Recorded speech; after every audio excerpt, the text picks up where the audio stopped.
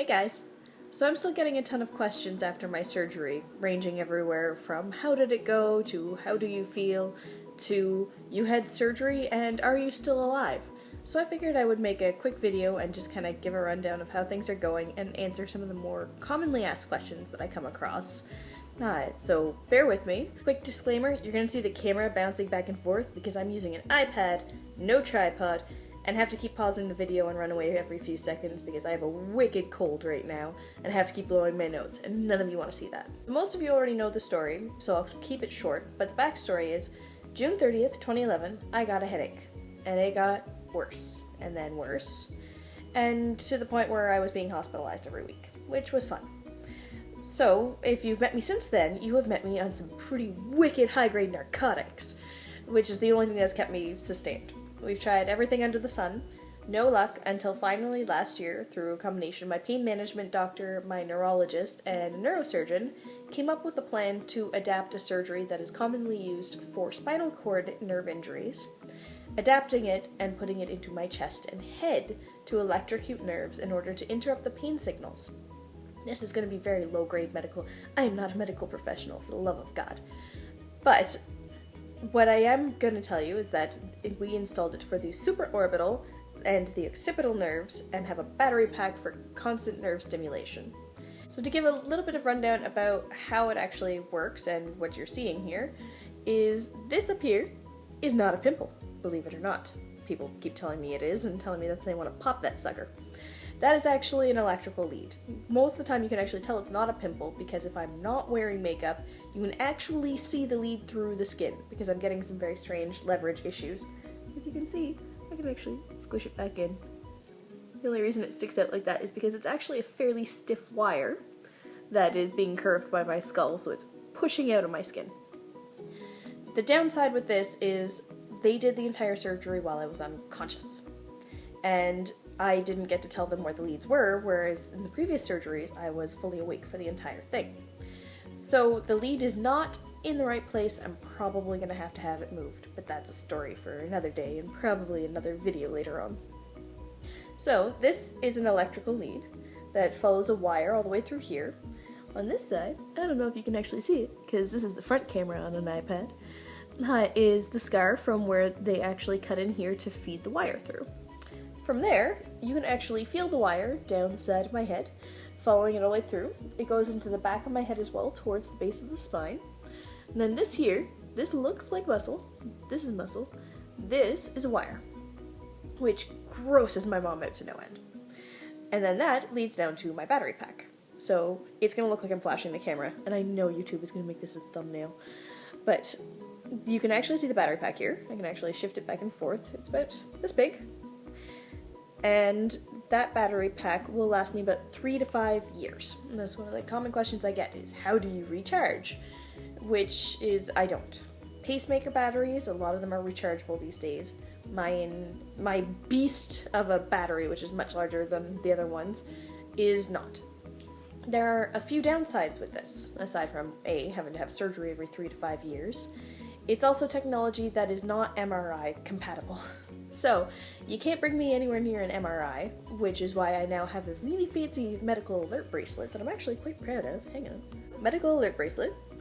And then on the other side of that, it says occipital nerve stimulator installed. Do not microwave. I am not MRI compatible. It would literally rip the thing out of my skin. And it would be disgusting and painful, and I would like to avoid it. I also can't go through electromagnetic fields without it malfunctioning my device. This has actually happened once since I've had the surgery, when I walked into Shoppers Drug Mart. So when I went in, the device actually got turned off by the security there. So Best Buy, Future Shop, Chapters, any of that will actually turn off the device, which I'm just really grateful it wasn't a big shock. And then find out it was a matter of waiting a little while and going, why does my head hurt? People often ask me what it feels like when the electricity is turned on. So I use an interval setting of 25 seconds on, 15 seconds off. The electricity on the front of the head feels really similar to a muscle spasm. On the back of the head, it's kind of like sitting in a massage chair because it feels like it should be moving and it is vibrating, but if you were to ever put your hand back there, it's definitely not. It actually comes in handy if I'm in a particularly boring meeting or something like that. I can turn my head in certain directions and it pushes the leads further in, and I can feel it stronger. Aside from the wires and the battery pack, they also had to give me a way to be able to control it. The reasons I might need to control it are if the pain levels get particularly high, I should switch between a constant on and an interval setting, or I can increase or decrease the voltage. This comes in handy where if I'm sleeping and my pillow is going to be pushing up against my head, I generally want to turn my voltage down so that when it does make contact, it doesn't feel like I'm electrocuting myself. So this is my little remote. So this thing, when you go to turn it on, will actually give you a nice error message saying that there's nothing there, unless it is pressed directly against here, at which point I can actually make the connection. Now, as you can see, I can see the screen because I'm looking at the iPad. However, normally I cannot, so they had to give me an antenna as well.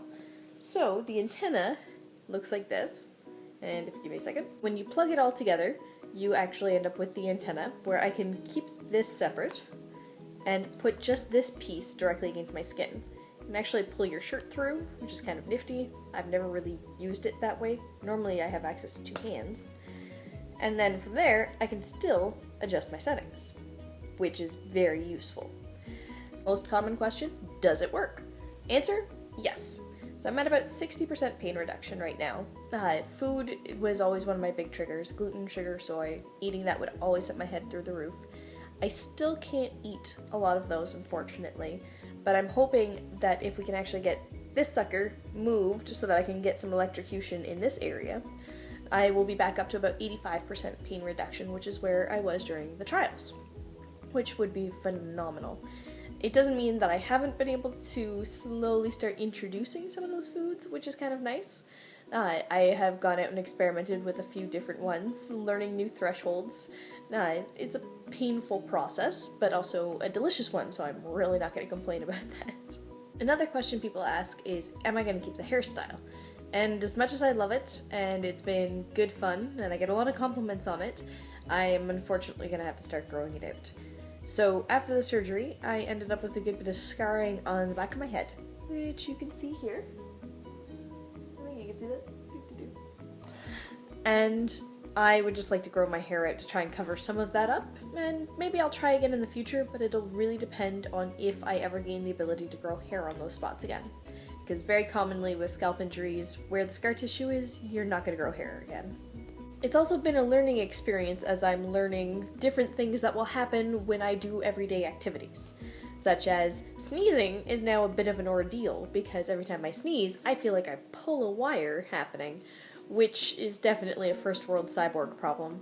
By far the most common questions I get are things along the lines of, will magnets wipe out my memory? Am I connected to Wi-Fi? Are you connected to the Hivemind? And are you related to 7 of 9? And where are your ports? So, I would like to answer all of those in no particular order, which is going to be yes, no, yes, maybe, and you should probably see a doctor about that. I think that's pretty much it. That's pretty much everything I had to deal with post-operatively and where I've been over the last 4 weeks. And hopefully people are a little bit more informed now about what I actually did, as opposed to thinking that I was just some crazy lady talking about cyborgs on Facebook.